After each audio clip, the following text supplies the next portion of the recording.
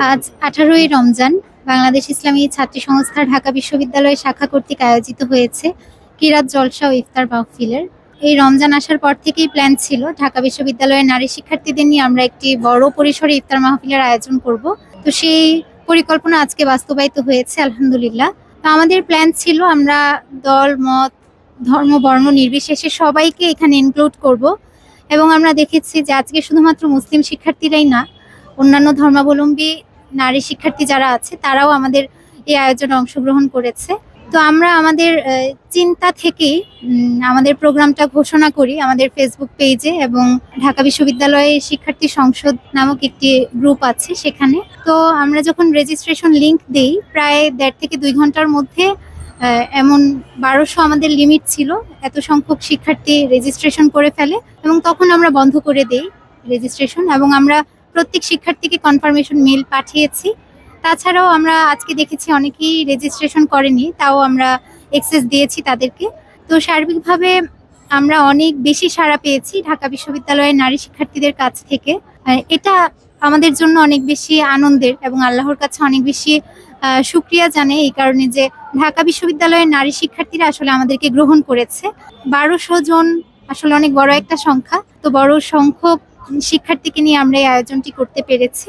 আমাদের এই আয়োজনের পেছনে আরেকটা প্রেরণা কাজ করেছিল যে পবিত্র রমজান মাস মহিমান্বিত পবিত্র এই কারণেই যে এই মাসে আল্লাহ রাব্বুল আলামিন কুরআন নাজিল করেছে। তো আমাদের প্ল্যান ছিল যে ইফতার মাহফিল তো আমরা করবই, এতগুলো মেয়ে যেহেতু গ্যাদার হবে, আমরা তাহলে তাদের মাঝে আল্লাহর কোরআনের বাণী পৌঁছে দিই।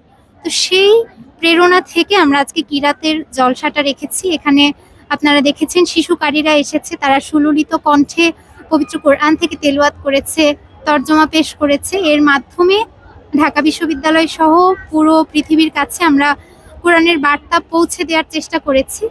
শুধু তাই নয়, আমরা আজকে শিক্ষার্থীদের জন্য একটি গিফট প্যাকেজ রেখেছিলাম। সেই গিফট প্যাকেজেও আমরা অর্থসহ কোরআন গিফট করেছি।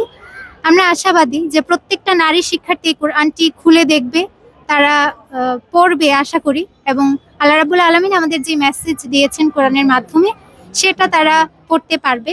আমরা আমাদের গিফট প্যাকেজে আরো কিছু আইটেম রেখেছি।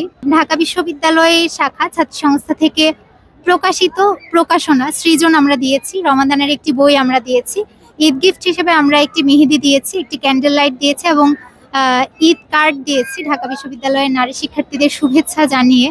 আপনারা জানবেন যে ঈদ কার্ডের যে প্রচলনটা সেটা আমরা ছোটবেলায় দেখেছিলাম, যে ঈদ আসলে আমরা ঈদ কার্ড কিনে মানুষকে দিতাম উপহার হিসেবে, যেটা বড় হওয়ার সাথে সাথে আবার হারিয়ে গিয়েছে।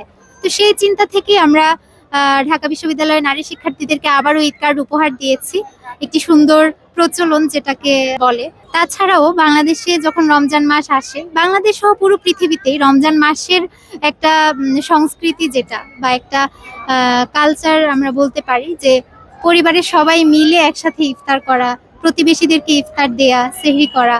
তো ঢাকা বিশ্ববিদ্যালয় সহ অন্যান্য শিক্ষাঙ্গনে নারী শিক্ষার্থীরা দূর থেকে যখন পড়তে আসে, তারা এই জায়গাটা থেকে বঞ্চিত হয়, যে তারা একা একা ইফতার করছে, সেহরি করছে।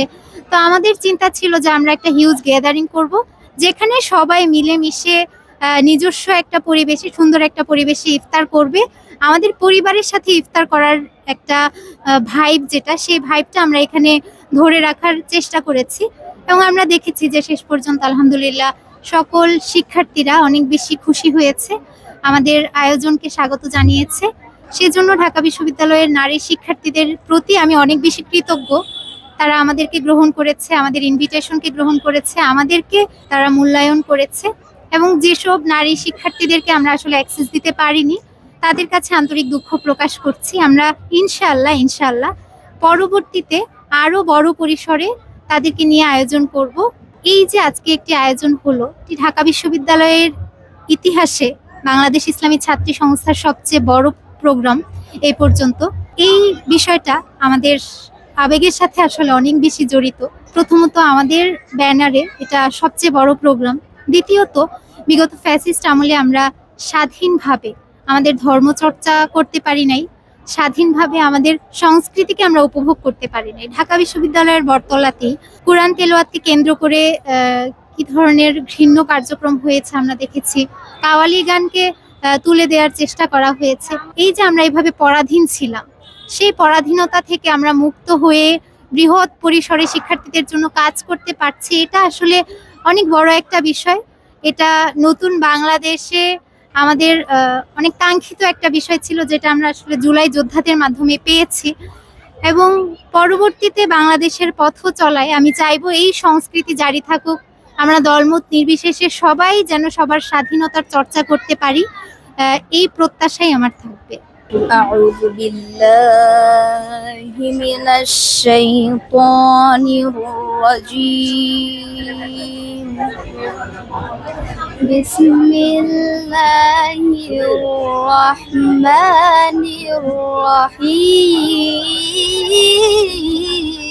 الرحيم شهر رمضان الذي أنزل فيه القرآن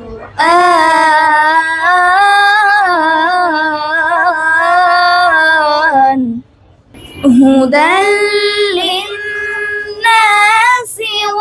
وبينات من الهدى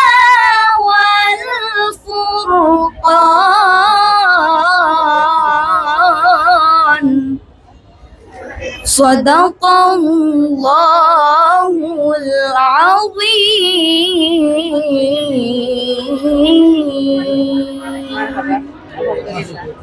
সবাইকে স্বাগত এবং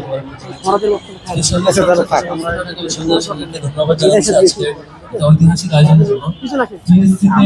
শুধুমাত্র নারী শিক্ষার্থীদের নিয়ে নারীদের প্ল্যাটফর্মের পক্ষ থেকে এরকম আয়োজন সম্ভবত ইতিহাসে এটা প্রথম। আমার জানা নাই যে নারীদের কোনো প্ল্যাটফর্ম নারী শিক্ষার্থীদের নিয়ে এত বড় জমায়েত করে এত সুন্দর আয়োজন করে ইফতার প্রোগ্রাম করেছে। আমার জানা মতো এটা প্রথম ইতিহাসে। আশা করবো এরকম অন্য প্ল্যাটফর্ম গুলো আয়োজন করবে, নিয়মিত জারি রাখবে। ইফতার প্রোগ্রামে একটা কমন মোটিভেশন আমরা দেওয়ার চেষ্টা করি, নিজেরা মোটিভেশন রাখবার চেষ্টা করি। সেটা হচ্ছে রমজান মাসে অন্তত আমরা যারা মুসলিম প্রত্যেকের উচিত হবে সেহরিতে যেহেতু আমরা এমনিতেই উঠি, অন্তত 2 রাকাত নামাজ পড়ে আল্লাহর কাছে দোয়া করা, অন্তত 2 রাকাত। সাধারণত পুরো বছর আমাদের উঠে তাহাজ্জুদ পড়ার সুযোগ হয় না ভোর রাতে। রমজানে যেহেতু এমনি ওঠা হয়, কখনো কখনো আমরা এমন ভুল করি যে শুধুমাত্র খেয়ে আবার ঘুমিয়ে পড়ি। তো এইটুকু রিকোয়েস্ট সবার প্রতি, আমরা চেষ্টা করি সবাই, আমি নিজে শুভ, যে প্রত্যেকদিন অন্তত 2 রাকাত নামাজ পড়ে আল্লাহর কাছে চাওয়া, দোয়া করা। আর দ্বিতীয় আরেকটা মোটিভেশন যেটি আমরা কমনলি আমাদের সংগঠনের বাইরে সবাইকে বলার চেষ্টা করি, যে হচ্ছে রমজান উপলক্ষে কোরআনটা অন্তত একবার অর্থসহ পড়া।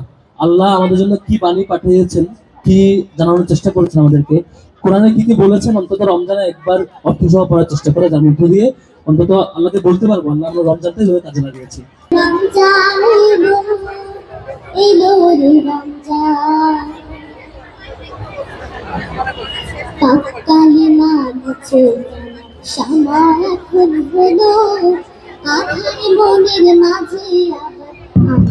মশাল যাবে